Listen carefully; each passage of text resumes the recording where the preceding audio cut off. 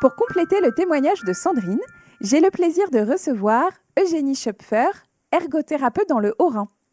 Eugénie accompagne les personnes en perte d'autonomie pour trouver ensemble des solutions afin de préserver leur indépendance, ce qui passe par des changements d'habitude de vie, des aménagements et éventuellement des aides techniques. Bonjour Eugénie. Bonjour. Dans le cas de Sandrine et de son mari Lionel, qui ne peut plus se déplacer en raison de sa perte musculaire, nous avons vu que Sandrine est accompagnée par des professionnels de santé pour la soulager sur l'organisation des repas et la prise alimentaire. Tout d'abord, Eugénie, est-ce que vous pourriez nous dire, s'il vous plaît, comment il est possible de bien accompagner dans un type de situation comme Sandrine, et est-ce qu'il faut voir des professionnels et si oui, lesquels? Oui, bien sûr. Donc, il est important du coup déjà de connaître les capacités de déglutition de la personne aidée, Oui. afin de notamment adapter les textures des aliments et éventuellement les boissons. Donc pour ça, il y a un bilan initial du coup chez un ou une orthophoniste qui peut être vraiment intéressant d'être réalisé pour voir vraiment où la personne elle en est dans ses capacités.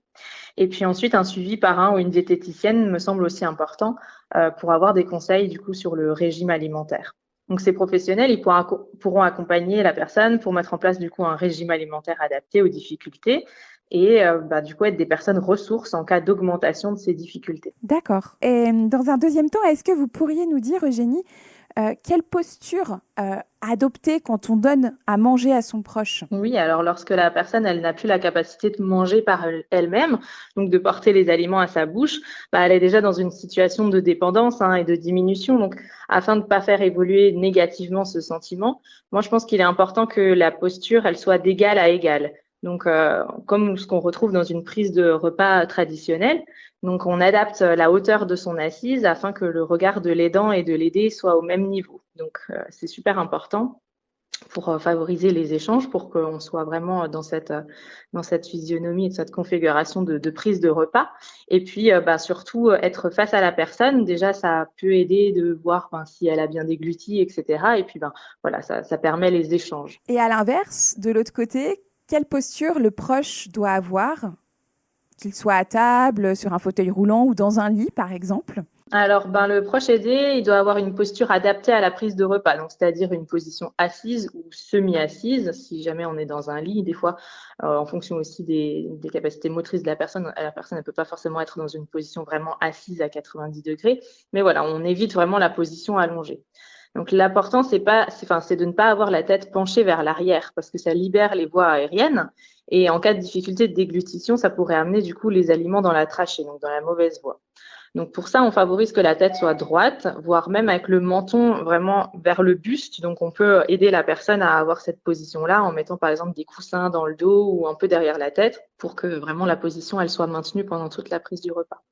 Et puis en position assise, la hauteur de l'assise, elle est également importante, donc que ce soit au fauteuil ou à table. Donc on peut soit varier de chaise, par exemple, ou mettre des coussins sous l'assise, ou à contrario, par rapport au fauteuil roulant, là, ça serait plutôt la hauteur de la table qu'on viendrait adapter. Donc la personne, en fait, en position assise, elle doit avoir le plan de la table légèrement en dessous des coudes quand ils sont pliés à 90 degrés.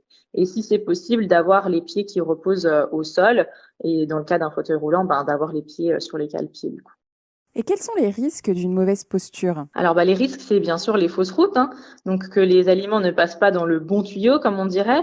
La personne, elle peut venir alors à tousser pour essayer d'éjecter l'aliment de la trachée. Donc dans ce cas-là, dans les cas les plus graves, ça peut conduire à un essoufflement dû au manque d'oxygène, mais également à des infections respiratoires. Si un petit bout d'aliment il réussit à atteindre les voies respiratoires.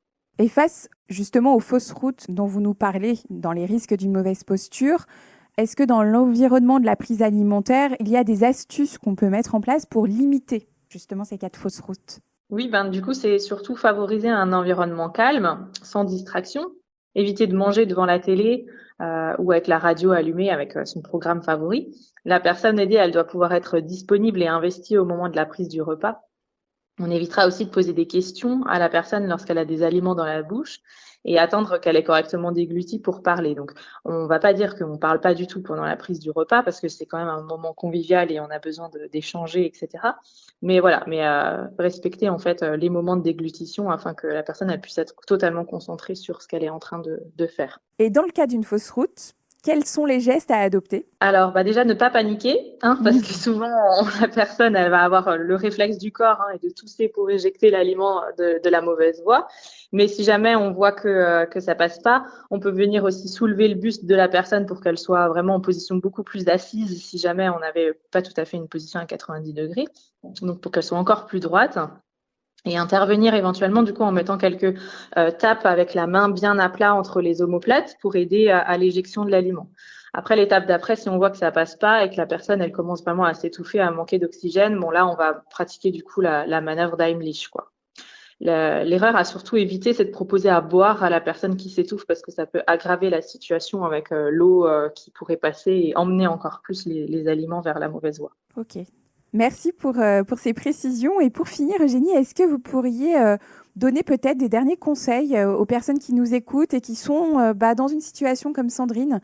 Voilà, est-ce que vous auriez des astuces à nous transmettre pour terminer, Eugénie? Oui, alors les conseils, c'est surtout d'être bien entouré, de pas hésiter à se renseigner auprès de professionnels. Donc le professionnel principal, ça va être le médecin, de pouvoir aussi, parce que la personne qui aide, c'est la personne qui va détecter les moindres changements d'habitude ou les moindres difficultés qui pourraient venir s'aggraver ou venir apparaître. Donc toujours bien discuter avec son médecin et puis aussi justement pouvoir faire faire intervenir des professionnels ou avoir des bilans, donc comme je disais tout à l'heure, d'orthophonistes et de diététiciens ou diététiciennes pour être bien accompagné et être soutenu, pour pas être tout seul dans ces cas-là et ne pas forcément savoir quoi faire. Très bien.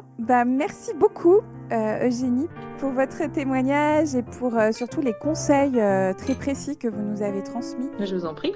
Au plaisir de vous retrouver, je l'espère, sur un prochain épisode. Avec plaisir. Très belle journée. Au revoir, Eugénie. Au revoir.